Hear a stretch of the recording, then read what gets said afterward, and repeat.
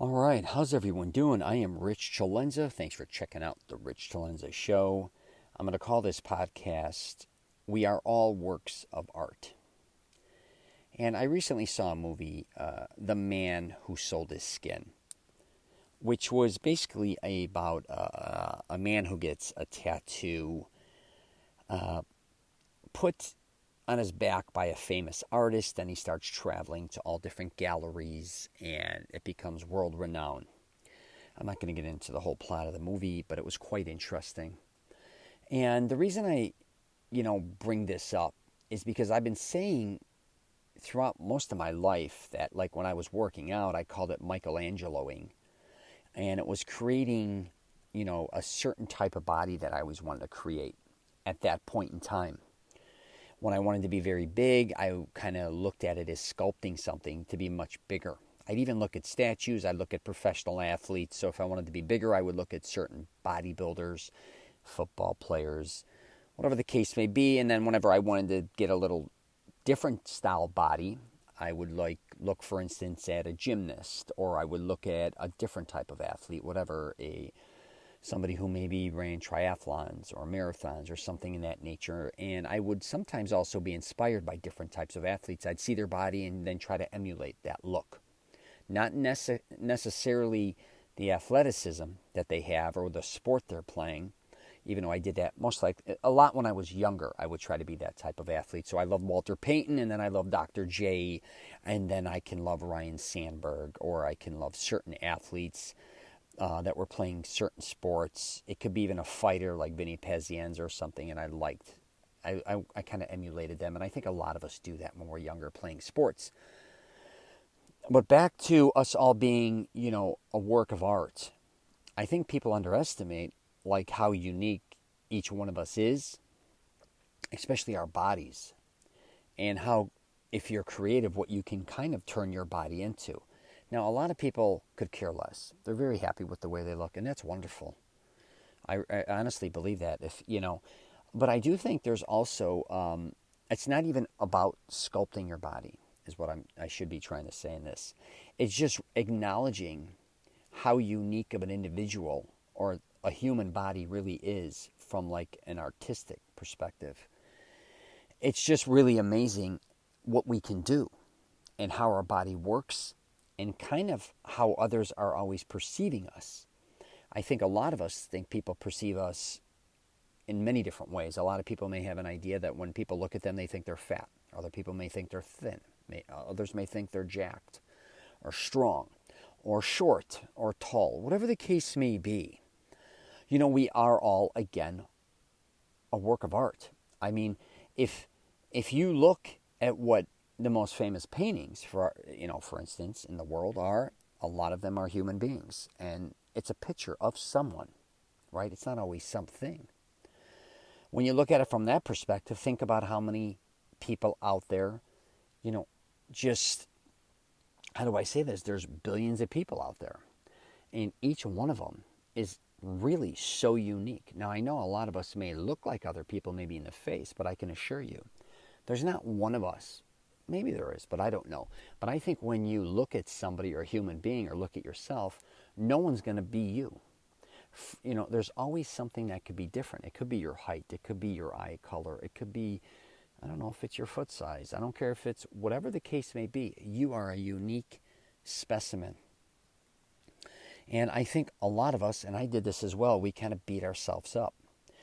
And instead of looking at us being unique and incredible and a work of art, we kind of look at ourselves as kind of a piece of shit, or, kind of like everybody else, or never big or strong enough, or never thin enough, or never handsome, or never as pretty as I wanted to be if you're a female, or whatever it is, always kind of having an issue with the way you look. And I get it. I've been there. But I'm here to tell you, if you started to maybe just think of yourself as something a lot more than just this kind of body bag, or not body bag, I'm sorry, human bag, or human, I didn't mean like a, what's the word I'm looking for? I can't even think about it sometimes with these podcasts, a body bag, I said. Like just flesh and just this big like this body that's kind of attached to your head or your brain, and it's just kind of helping you get throughout the day. And it's no big deal. I'm here to tell you, it is a really big deal. Like your life, I think you underestimate how valuable it could be or is, not only to yourself but to others. But I definitely think a lot of us take for granted how important our health is, or how important our body is, how important our brain is, all these things, because I'm not sure if you come back as anything else. I'm not sure where you go after you pass away. But I am pretty sure we're here. Now, I don't even know if that's even a reality or not. I just know I'm here, and I know there's billions of others here, from the sounds of it, statistics-wise. And I do think that, when all is said and done, I'm absolutely amazed by everyone. And if you've ever been to a major city or lived in a major city, I used to live in Chicago, but I've also spent, thousands of days traveling to major cities with a lot of people in them. It's kind of amazing how we all work together in sync, and how we help one another, and how the way we maneuver around, how just we live our lifestyle. It's so cohesive. I think that's the word. And in sync. And I don't even think sometimes, like, you realize that I lived in a high-rise in Chicago for a while. It was almost 70 stories high. And I used to look down, and everybody looks kind of like an ant. But you see all the cars and everything. You're like, how's there not all these accidents? And then how are all these people, walking across the street, and then a plane would pass me, and then a helicopter would pass me. And then all these, I'm just seeing all these different people doing all these different things. I saw that when they were rebuilding the 9/11.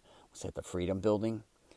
After the towers went down, I started to go to New York right around then.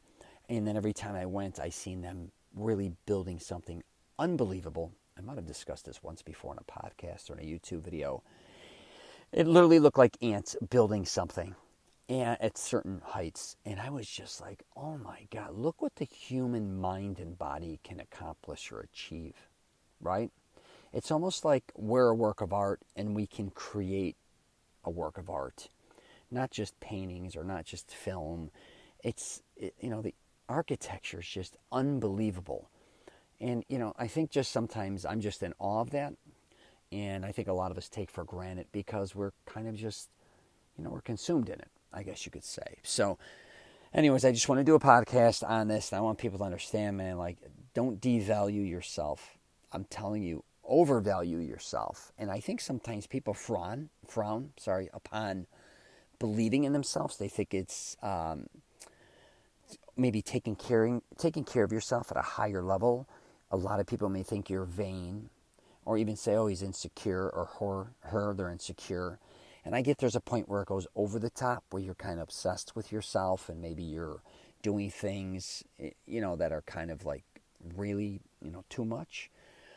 But when it comes to your health and your wellness, it's really on you. The only one who can truly take care of you is you. Sure, if you get sick, you can have a nurse help you, or if, maybe people feed you in your house, clean up after you. But when it all is said and done, man, nobody can do push-ups for you. And you just have to understand that you truly are a work of art. So I'm going to wrap it up there. If you got any questions or comments, just hit me up, and I wish you nothing but the best.